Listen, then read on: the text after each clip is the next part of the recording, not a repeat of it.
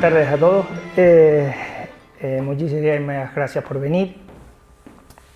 No estoy acostumbrado a dar charlas, aunque ya me tendré que ir acostumbrando por lo visto. Como bien les han dicho, mi nombre es Elías Torres. Lo que no les han dicho es que vengo de Araya, un pueblo de las medianías de Candelaria, y hoy estoy aquí no como autor de una guía genealógica que publicamos hace un año y algo, sino estoy aquí para rendir con esta intervención un pequeño homenaje al emigrante don Pedro Marrero Díaz. Un homenaje que quiero que sea en nombre de todos nuestros antepasados, que de Candelaria o bien de Santa Úrsula emigraron a Cuba y que fueron acogidos por don Pedro en su finca La Macagua, en la zona de Güines, provincia de La Habana.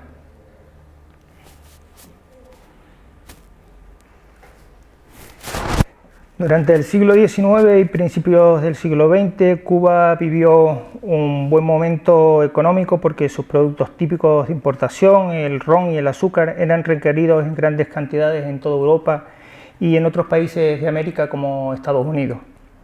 Por ello, la sacarocracia, como se conoció en Cuba, la burguesía relacionada con el mercado de azúcar, con el interés de agilizar el proceso de exportación de sus productos, creó en 1830 la Junta El Camino del Hierro, cuya finalidad era la apertura de una línea ferroviaria para unir la región de Güines con la de La Habana, separada por 46 kilómetros. Esto se debió a que Güines era una importante zona productora de azúcar debido a la existencia del Central Providencia, que fue fundado en 1800 y el cual empleaba a unos 2.600 trabajadores por zafra y poseía unas 534 caballerías de tierra. Al ser terminal del primer ferrocarril construido en Cuba, el auge de Güines aumentó sorprendentemente. Se convirtió en cabecera de la jurisdicción y por tanto en centro de una zona económica de rapidísima expansión. La construcción de la línea ferroviaria se inició en 1835 y finalizó en 1838. La construcción del primer ferrocarril cubano y español. Se empleó además de la mano de obra de esclavos a trabajadores libres de la isla, a emigrantes irlandeses, estadounidenses y especialmente un gran porcentaje de emigrantes procedentes de las Islas Canarias.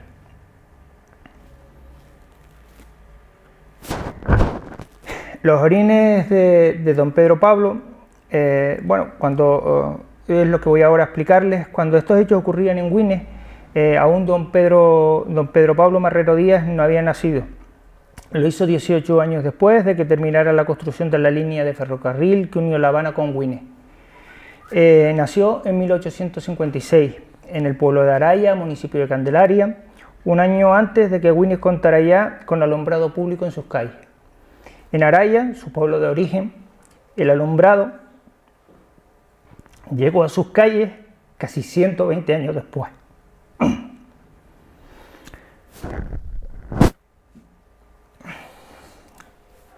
Su familia fue conocida con el sobrenombre de los Castejones o Castrejones, aunque actualmente son conocidos como los Cabezudos. Para nosotros esto de los apodos es muy importante porque en el entorno rural nos ayuda a diferenciar las diferentes familias.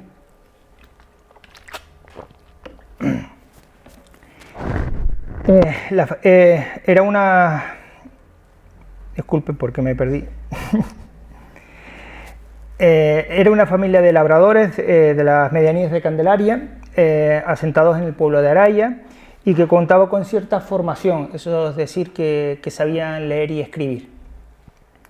Su padre, don Francisco Marrero Hernández, que había nacido en 1816, fue un labrador, y sus hermanos Nicolás, que se casó y se asentó en la zona de Santa Úrsula, destacó por una actividad pública a principios del siglo XX y se llegó a convertir en alcalde del municipio de Santa Úrsula. Juan Miguel y segundo Francisco fueron labradores de Candelaria, y la última y la más pequeña de todos fue María, María Candelaria o María la Cabezuda, que destacó por ser una de las pocas mujeres que a principios del siglo XX sabía leer y escribir en las medianías de Candelaria, lo cual la convirtió en la escribiente y lectora de la correspondencia entre los emigrados y sus familiares. Su abuelo fue don Francisco Anastasio Marrero García, que nació en 1791, un labrador que formó parte del privilegiado y reducido círculo de personas que en esa época contaban con un título profesional logrado por medio de los estudios, por lo que alcanzó un notable prestigio en el término municipal de Candelaria por su profesión de agrimensor, donde también fue cabo primero de milicia, fiel de fechos del Pósito y perito para el reparto de la contribución. Si están interesados o les puede interesar esta familia, don Octavio Rodríguez en el 2015 publicó la biografía de este señor, y la verdad que es muy interesante porque yo no le puedo dejar de manifiesto la importancia que esta familia tenía, esta familia de labradores. Pues el origen de esta familia no podía ser otro que el matrimonio llevado a cabo en 1548 entre Juan Marrero, uno de los primeros descendientes de europeos que emparentó con la línea de descendencia del rey don Diego de Adeje. Juana Díaz, su esposa, fue bisnieta de don Diego.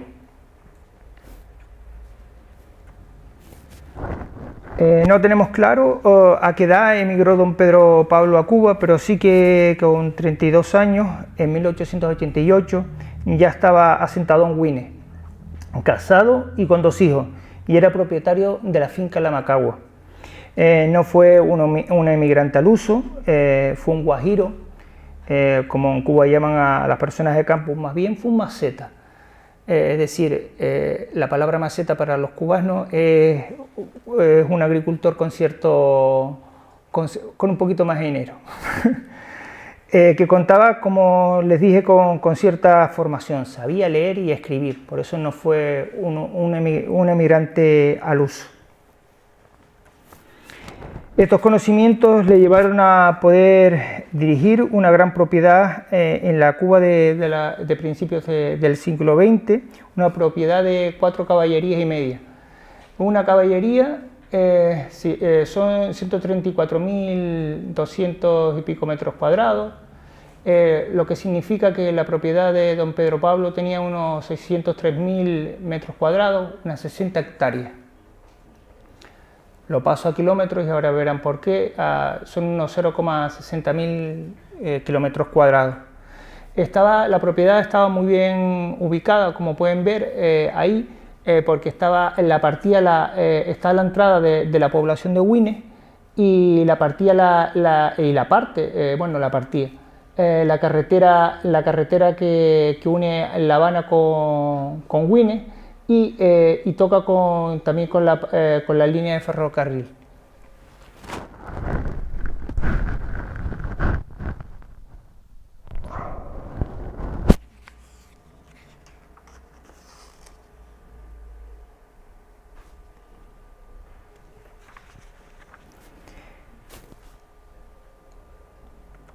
Como pueden ver ahí, la superficie de la que estábamos hablando,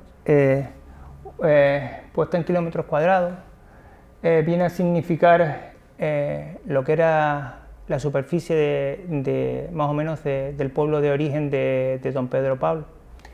Esta imagen es de una ortofoto de 1987. En los últimos 30 años la zona está cambiado muchísimo, la población no tiene nada que ver, pero bueno, asemeja un poco lo que era la orografía y la superficie que la propiedad de este señor, con la que este señor contaba en Cuba, es decir, era dueño de todo su pueblo. El puntito aquel amarillo que tienen arriba es la casa en la que nació don Pedro Pablo, y que es esta. que era la casa de su abuelo, don Francisco Anastasio. Y bueno,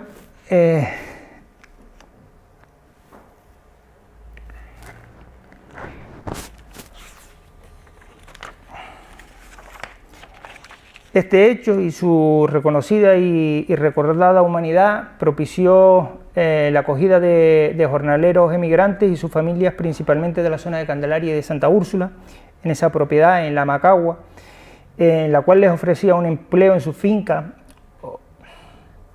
o los acogía temporalmente mientras les buscaba una colocación en otras fincas aledañas, como El Pico, Armentero, Diago, o hasta que podían contar nuevamente con recursos económicos para poderse mover a otras provincias de Cuba. Esto implicó el asentamiento en la zona de Güines de muchas familias procedentes de estos municipios, de Candelaria y de Santa Úrsula, fundamentalmente apellidos como Castro, Díaz, Chico, Ramos, Rodríguez, Mesa, Torres, Marrero, Pacheco, Velázquez, y muchos más que a día de hoy no tenemos constancia, porque como decíamos antes, en las asociaciones canarias en Cuba, yo por ejemplo no logro entender cuál es el fundamento.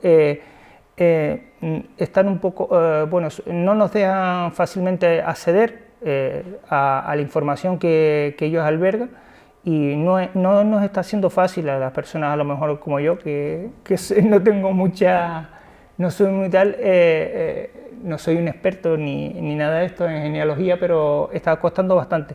Y eso que, como pueden imaginar, a raíz de la publicación de nuestra guía genealógica, pues muchas de estas familias han descubierto su origen. Familias que se están descargando la guía desde Cuba y que, por ejemplo, bueno, es una simple anécdota. Hace poco, la semana pasada, recibí, bueno, vino una persona de visita desde Estados Unidos y nos hizo una donación porque nuestra guía es autoimprimible, es decir, que con los recursos que los propios vecinos se le imprimen y demás. Hizo una donación este señor para que en nuestra guía llegara a su pueblo, a Placetas, y también llegara por ejemplo, a un lugar como Güines, al sitio donde no nos está siendo fácil que llegue la información. Es decir, don Pedro Pablo actuó como un verdadero embajador. Usted perdone, siempre me pasa lo mismo. Ustedes perdonen que yo me emocione, pero es que me es muy fácil emocionarme, no porque don Pedro Pablo fuera familiar mío, sino porque hizo una labor muy grande. Bueno, vamos a explicarle la familia de don Pedro Pablo. Se casó con Eusebia Pérez Morales. Entendemos que de origen canario, lo que es que no hemos podido acceder aún a las partidas y a esa parte de información, y sus descendientes fueron los Marrero Pérez. Marrero Pérez, como su hija mayor fue Francisca, no tenemos claro en qué año nació, pero entendemos que 2 o 3 años antes que su hermano, que lo hizo en 1888. Doña Francisca casó con Tomás Ravelo Mesa, y sus descendientes fueron los Ravelo Mesa, Tomás, Alberto, Leonel y María Mercedes. La banderita es que todos, tras el triunfo de la Revolución, arrancaron para Estados Unidos. Tomás y Alberto solteros y sin descendientes. Leonel tuvo una única descendiente, María Elena Ravelo Pedreguera, en Estados Unidos. María Mercedes casó con Rafael Llanes, y sus descendientes son Neda y Renan Llanes Ravelo, y también emigrados a Estados Unidos. El segundo hijo fue Pablo Marrero Pérez, nacido en 1888. Y bueno, Pablo casó en 1911 con Blanca Barrios. Sus descendientes fueron los Marrero Barrios,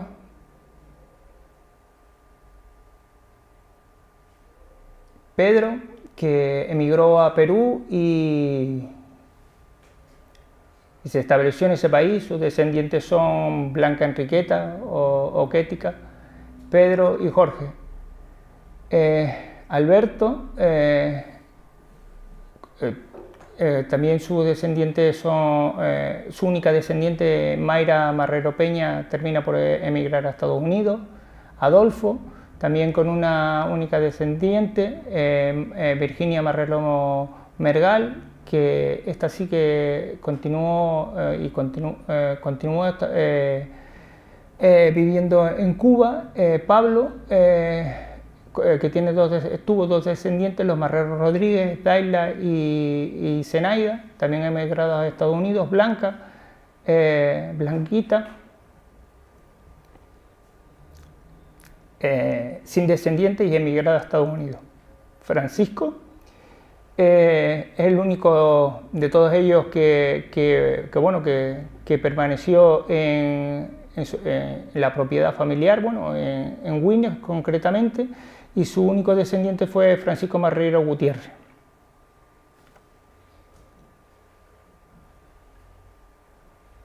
Don Pedro Pablo enviudó y contrajo matrimonio nuevamente con Adelaida Arencibia, y sus descendientes son los Marrero Arencibia Parmelio y Segundo Irán.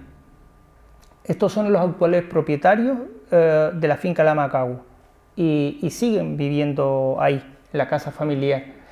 Parmelio tiene dos descendientes que son Alexei y Ariel Marrero Saldaña, y como les decía, viven en la Macagua. Y Segundo Ira tiene también dos descendientes que son Lázaro Pablo e Ira Marrero Travieso. Pero bueno, don Pedro Pablo no solo tuvo hijos en Cuba, se trasladó cuando la guerra de independencia de Cuba, él se exilió de nuevo en su pueblo de origen, en Naraya, y donde nació en 1898 su hija María Dominga. De María Dominga no sabemos nada, entendemos que falleció en la infancia, y esa casa la construyó don Pedro Pablo en su corta estancia aquí. Todavía está en pie. Actualmente tiene otra distribución diferente, la construyó al lado de la de su hermana María, y cuando regresó a Cuba se la regaló a su hermana. Era una casa importante, aunque son pocos metros cuadrados para la población, y el entorno era una casa importante. Pero bueno, la generosidad de don Pedro